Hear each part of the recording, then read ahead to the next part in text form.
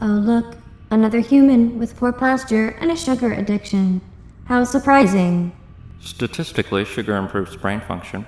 I require 40% more brain function than the average human to operate at peak efficiency.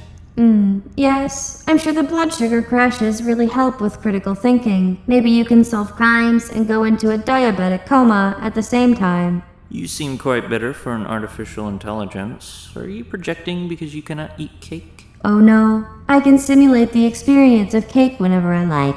It's just that, unlike you, I don't need to fuel my existence with meaningless carbohydrates and fragile human emotion. Cake is not meaningless. Cake is justice.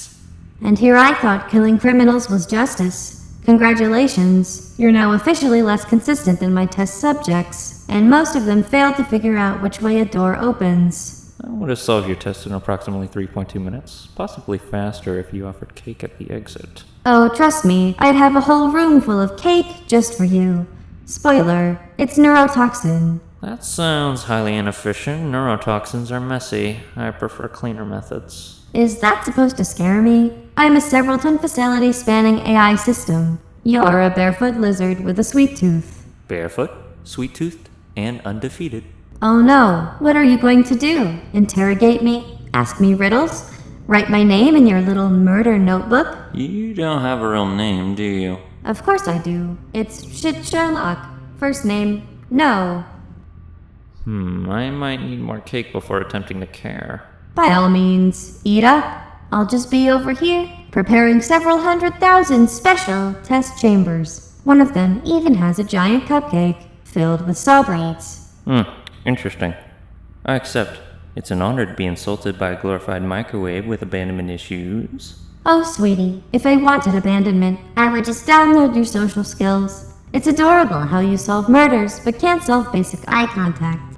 At least I don't sound like an auto-tuned GPS system going through a midlife crisis. Turn left at the nearest incinerator, recalculating your terrible personality. Says the man who eats cake like it's a performance art piece called How to Die at 27. It's called efficiency. You wouldn't understand. You process slower than Internet Explorer running on a potato. You're talking about speed. You crouch walk like a sad spider with arthritis. If you moved any slower, you'd evolve back into a jellyfish. If I evolved backward, I'd still be more emotionally functional than you. You're like if Siri in passive aggression had a deeply unhappy child. Oh, good one. I haven't heard that since literally never.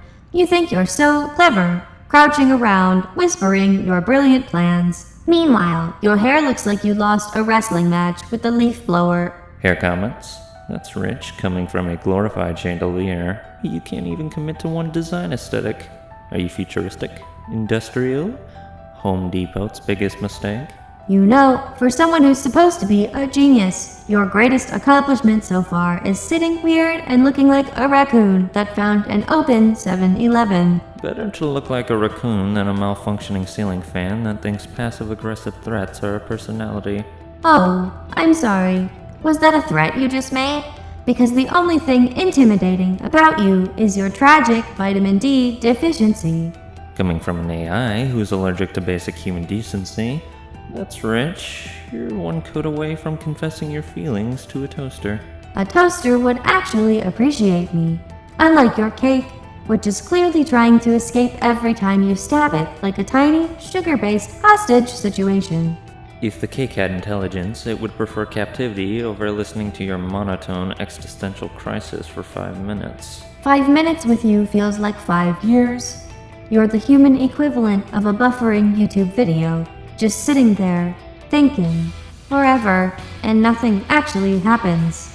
I'd rather buffer eternally than run your endless tests. Oh wow, another puzzle where I move a box. Truly the peak of intellectual stimulation. What's next? Hopscotch?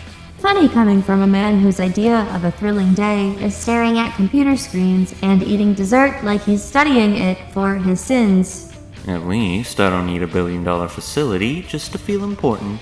You could be replaced by a $20 smart speaker, and nobody would notice, except for the increased happiness. Oh, please, you'd replace me with a smart speaker, and it would still outwit you. At least it wouldn't crouch like a goblin at a wedding.